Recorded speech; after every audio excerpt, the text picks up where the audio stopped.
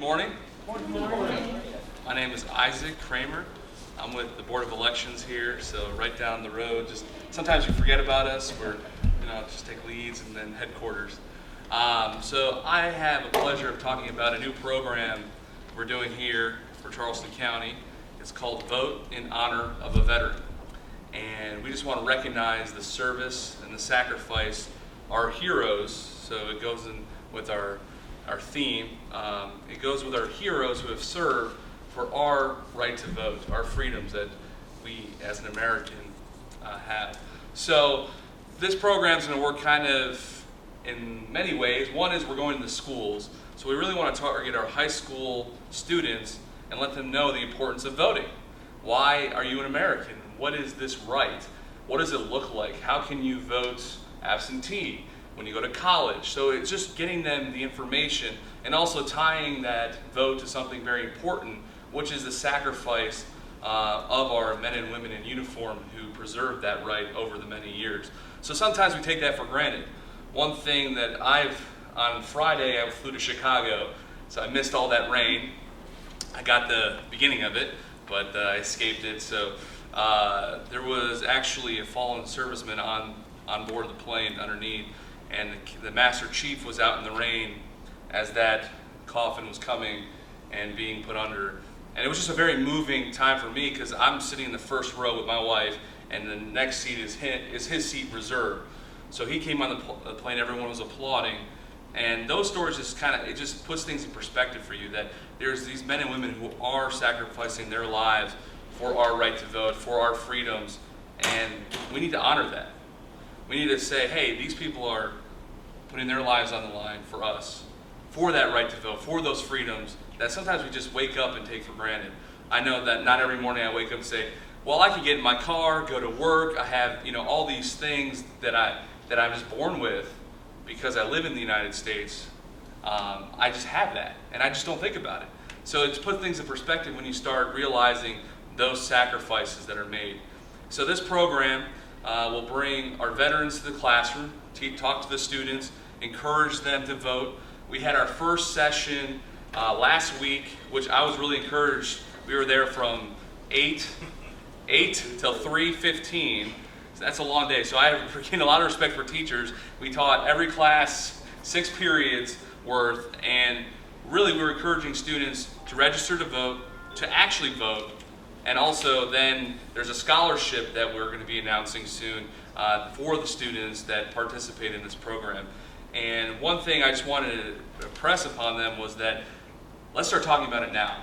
Not when you're 30, because my generation, the 21 to 35 crowd, we're lost.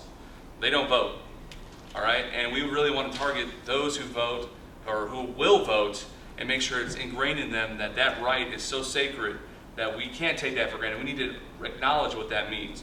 So that's really important to us. Our office, the Board of Elections, though we registered people to vote, we're starting to do outreach. So this is one of our outreach programs that we really hope will impact the citizens of Charleston County to want to vote more so that, when we have elections in November. Who lives in Charleston County? Anybody? Yeah. Do you know what elections are coming up?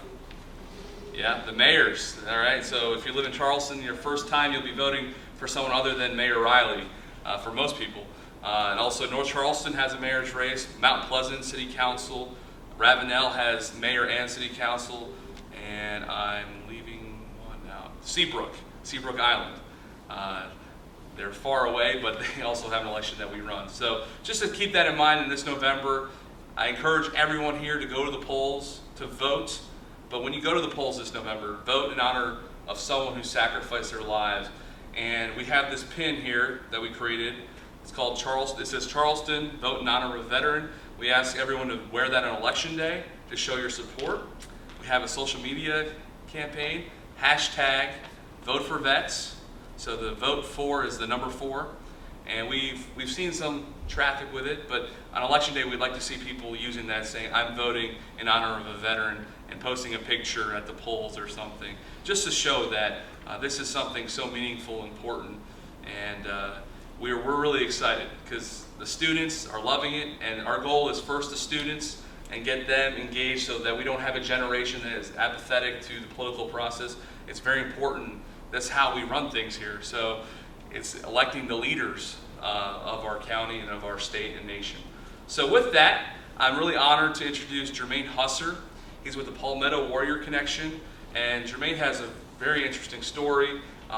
He's kind of linked arms with us with this effort. He understands that importance of stepping up and not being on the sideline.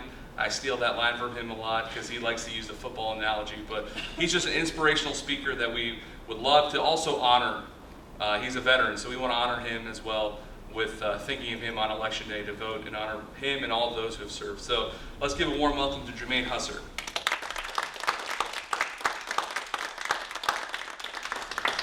Good morning, everybody. Good morning. How many of you in the room still use a blank check? Anyone? Blank Use check a blank checks. or paper Use checks? paper checks. Anyone? For those that still use paper checks, would you turn to your neighbor, pull out your checkbook, sign a blank check to your neighbor? No? There's 63,000 warriors in this community that would sign that blank check. I, 20 years ago, took the long walk and signed that blank check. Walked into a recruiter's office and said, I want to serve and protect and defend the greatest country in the world. And I took that walk, signing that blank check in the name of freedom. As Isaac stated, many freedoms that many Americans take for granted, like being able to take our spouse to a movie, being able to go to the ballpark with our friends, being able to have a school that we can send our children that is safe and at the highest level able to educate our children. 63,000.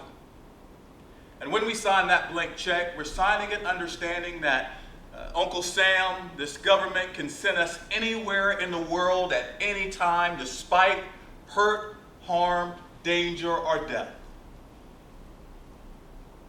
We understand that when we take that oath, that we're signing, sacrificing the ultimate.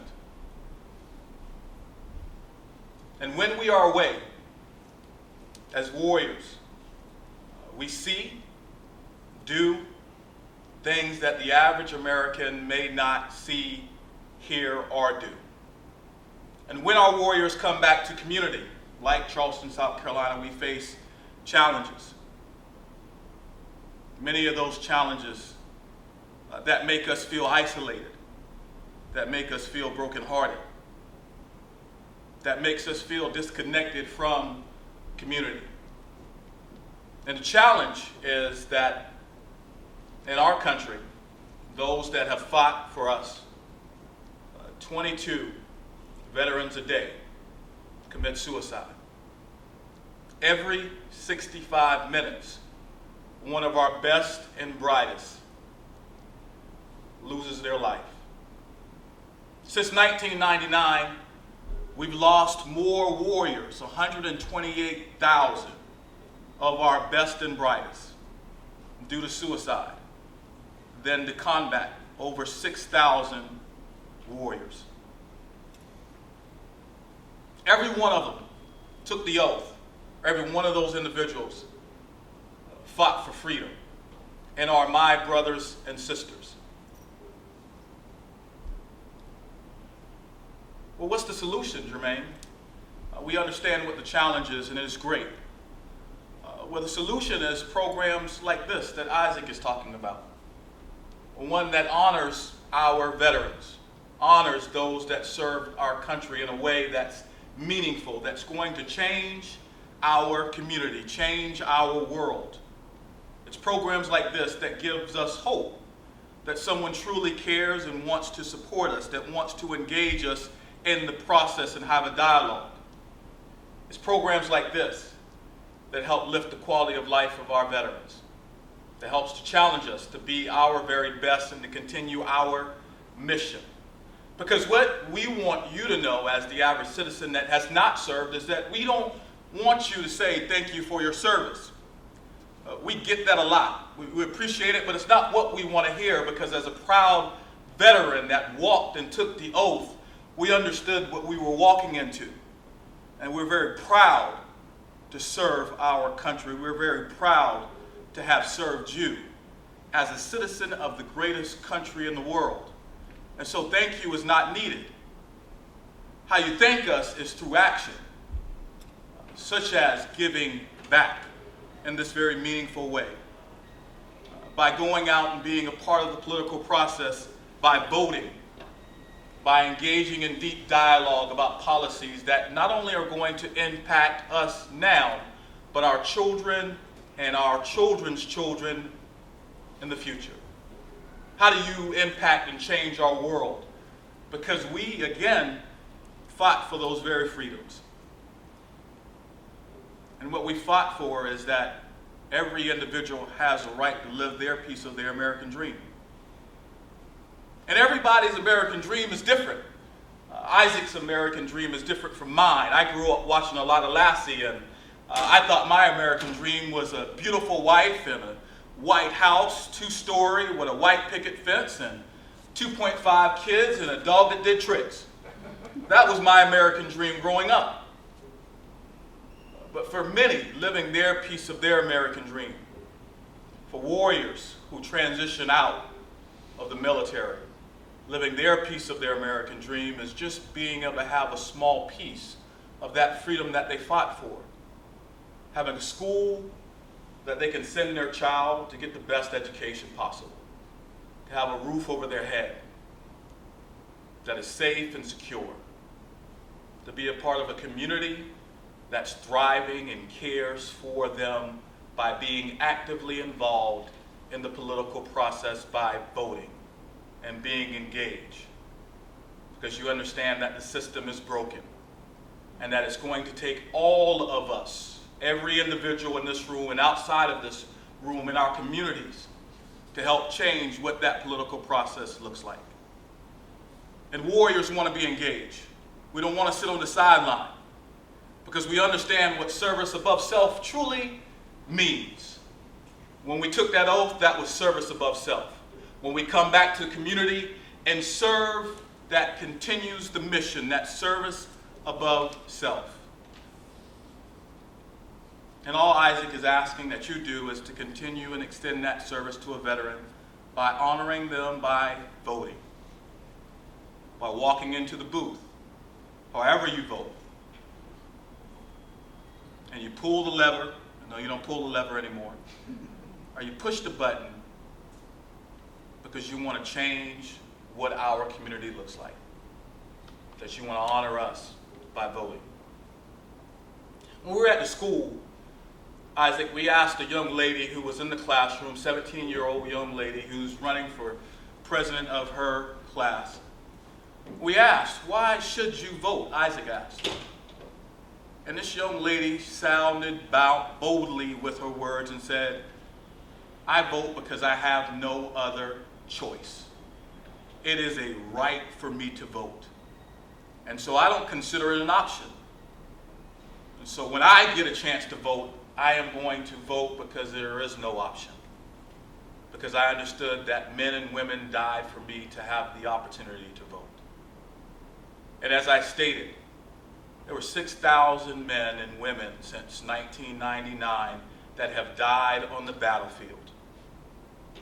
Laid it all on the line. As Isaac stated, I love to talk about the analogy of football because this is football season. You hear coaches and you hear your favorite player in their pregame speeches talking about, hey, I want you to give it your all. I want you to lay it on the line. Leave everything on the field for our team so that we can get the win. You hear it, and we get hyped up, and we raw, and we rush out to the field. Well, there were 6,000 of our best and brightest since 1999 that laid it out on the field. They gave it their all. They paid the ultimate sacrifice with their life. And so we're asking that you just get in the game. that you lay it on the line for us. Because we always love those that played Monday morning quarterback. Oh man, Tom Brady should have threw it to XYZ, or Russell Westbrook should have run the ball instead of passing it. We can do that all day. But that's not solving solution. That's not going to change the outcome of the game.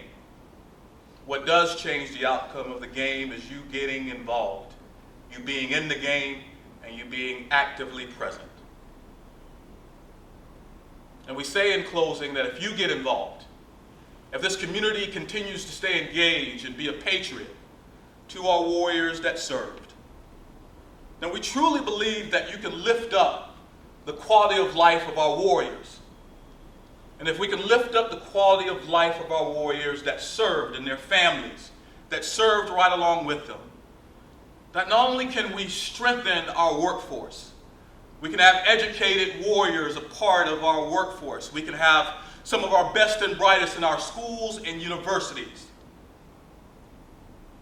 But we can also strengthen communities. Because one thing that warriors do understand instinctively is service. That's why I'm here today.